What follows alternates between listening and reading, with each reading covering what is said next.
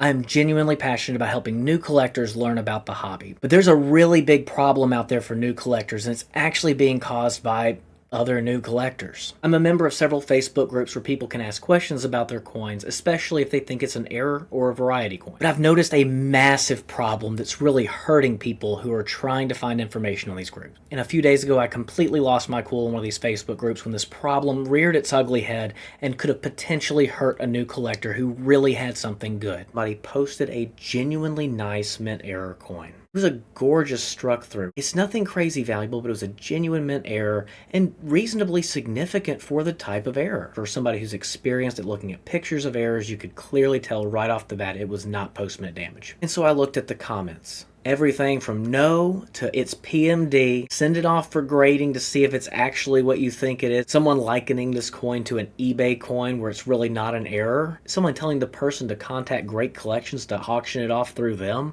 And multiple people saying they couldn't tell whether it was an error yet because there wasn't a reverse picture and it could just be damage. There were a few people who immediately said, yep, that's a struck through, it's a really nice one. Now there were people who gave good answers, so why did I get upset? 80% of the people confident enough to tell the guy exactly what he should do with his coin and exactly what he had didn't actually know what they were talking about. If those had been the people the guy listened to first, this guy would have had a decent error that's an amazing find for a bankroll that he probably would have thrown back into change. I don't know exactly what the coin is worth, but I'm pretty sure it would go over 20 bucks at auction because I would pay 20 bucks for it. Now, had he listened to the guy who said, you can't be certain what you have to send it to PCGS and let them tell you what it is. You don't have to have PCGS's opinion to have somebody verify, yeah, this is an error. And if this was the only coin the guy was sending, the guy probably would have spent $100 to grade a coin that probably is worth 25 or 30 bucks. And had he listened to the guy who said, you need to send it to Great Collections, well, Great Collections, first of all, if they're going to sell it for you, is going to want to grade it. So that's coming out of your profits. Also, you're going to owe them fees for selling your coin, and we still have probably a $25, $35 coin, so you're probably going to owe Great Collections money after they've sold your coin because it didn't sell for as much as the fees that you owe them. And I can tell you that is gospel truth because I've done that on accident with one of the shop's coins, and we ended up owing money to Great Collections after the coin sold. Every single one of these circumstances involved him either losing money by spending it or losing money by throwing back something that is a legitimate mint error that's actually worth money. It was just the straw that broke the camel's back for me. This is on top of tons of other posts like this. I mean, I saw somebody who had a genuine 1955 double diobverse cent in one forum, and somebody told them it was machine doubling. What the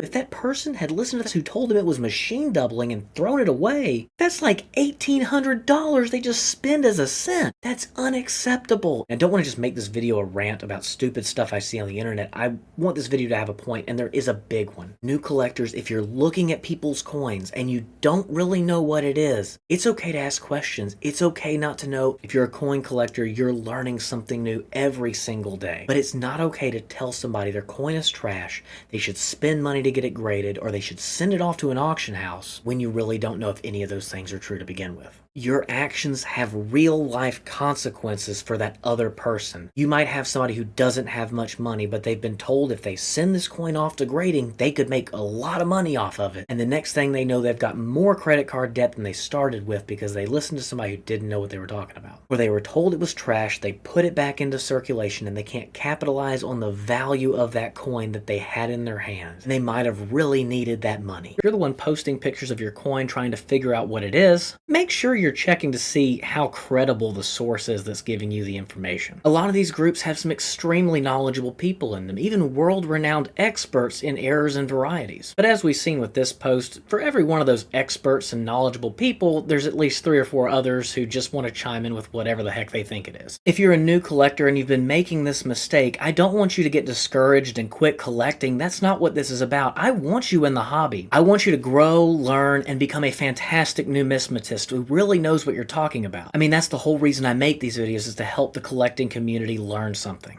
It just really takes time, and if you're not at the point yet of really genuinely knowing for certain what you're looking at, it's not time to start chiming in. Doesn't mean you have to be silent and never express an opinion on a forum, but if you're still learning, that opinion needs to be expressed in a way that explains that so people can know they need to not rely on what you're saying, or even start to ask questions or try to engage with somebody about what they're seeing on the coin to better understand it. But don't be spreading misinformation that's going to lead a new collector to make a bad decision about their coin. That's one of my goals for this channel, is to confront the massive issue that we're faced with today of insane amounts of misinformation. The internet's already flooded with it. We don't need any more of it, because the last thing I want to see is people leaving the hobby discouraged and with less money than they started with because they couldn't get an honest answer about what their coin actually was.